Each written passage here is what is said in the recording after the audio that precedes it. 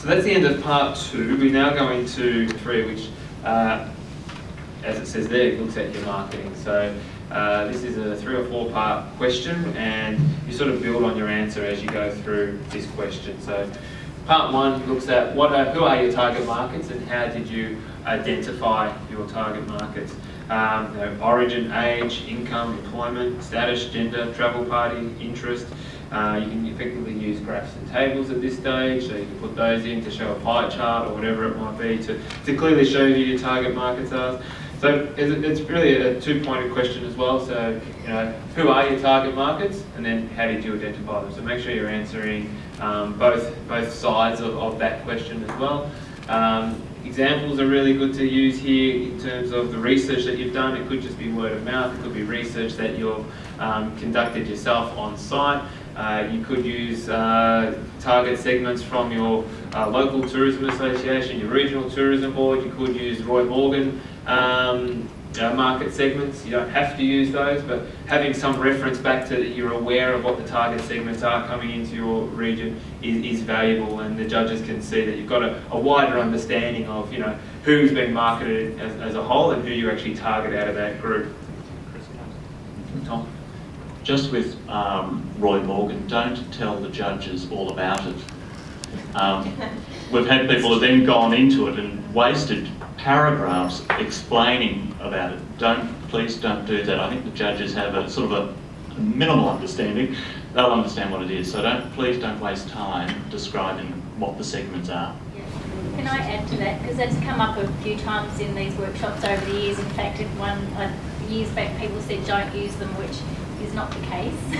People can use them, but the judges know the Roy Morgan segment, so it's not up to you to copy and paste slabs out of what the Roy Morgan segments are. The key for the judge is to show why they are your target market. So you have to have the link between that market's interest and your product, and you have to clearly show that. Then the judges are happy that you've used the Roy Morgans, but if you've just copied and pasted the description of the Roy Morgans, it won't rate well with your story. Yeah. One of my mentees had developed their own market segment called Raving Fans, and we thought it was fantastic. They could justify on what basis they defined a raving fan and how they targeted them. So that's great. Shows the passion, and don't worry about doing that.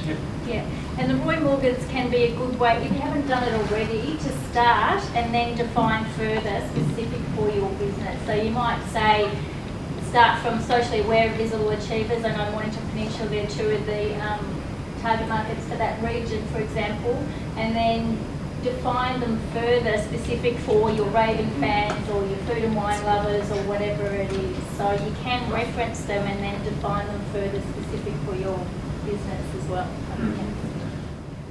This first example is Melbourne Museum. So they have a comprehensive program of in-house and external visitor research, provides them with extensive information about their visitors and forms the basis of their decision on target markets.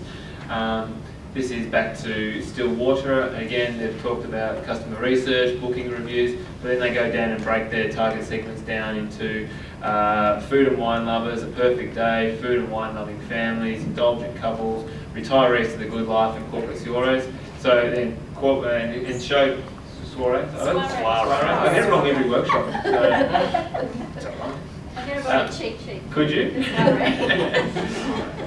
And effective use of the pie chart as well there. And then they've gone down and actually broken down and actually spoken about each of their individual target markets. So effective use of imagery, quotes from those target markets as well, just reinforcing that they really understand and really know who their target markets are. And if you've got an example of your target market enjoying your product, perfect. Why not throw it in? So really quite easy, succinct way of laying that out. Marketing strategies used to attract each target market and detail the success outcomes of those strategies. So now that you've defined or highlighted who your target markets are, don't go start introducing new target markets, just stick with the ones you've already identified and talk about how you actually, what are your strategies about attracting them to your business. So You can use effective use of tables, again, go really well here. Talk about the 4 principles of marketing: product, price, place, promotion. How are you talking to them? Is it in media, PR? Is it in print, digital, broadcast?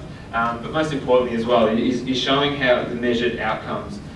This is back to Melbourne Museum, who have an example here which show, their target market is metropolitan Melbourne adults and family.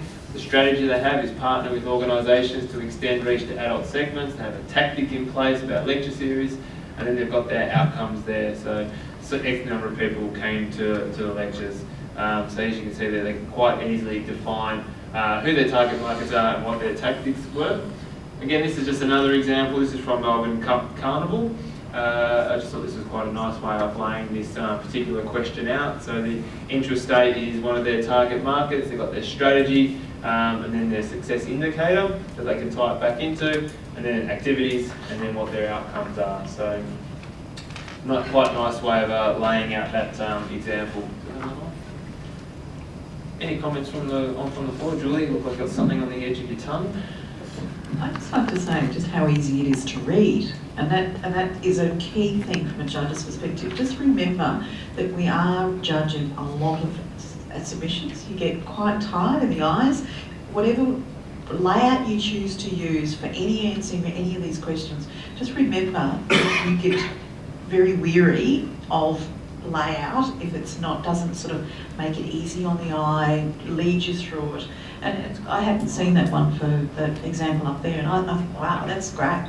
That actually reads. It's really simple, it's clean, it's fresh, and you can see it all there in one glance. So just a thought process when you're going through it. Just remember the reader.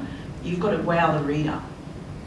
And this is set up in a table, so it's one line spacing throughout this whole page effectively. So it's effective use of space, and as you hear from Julie, it's quite a nice way of laying it out. So you'll probably see 50 submissions laid out exactly this way for this judging process right now. So.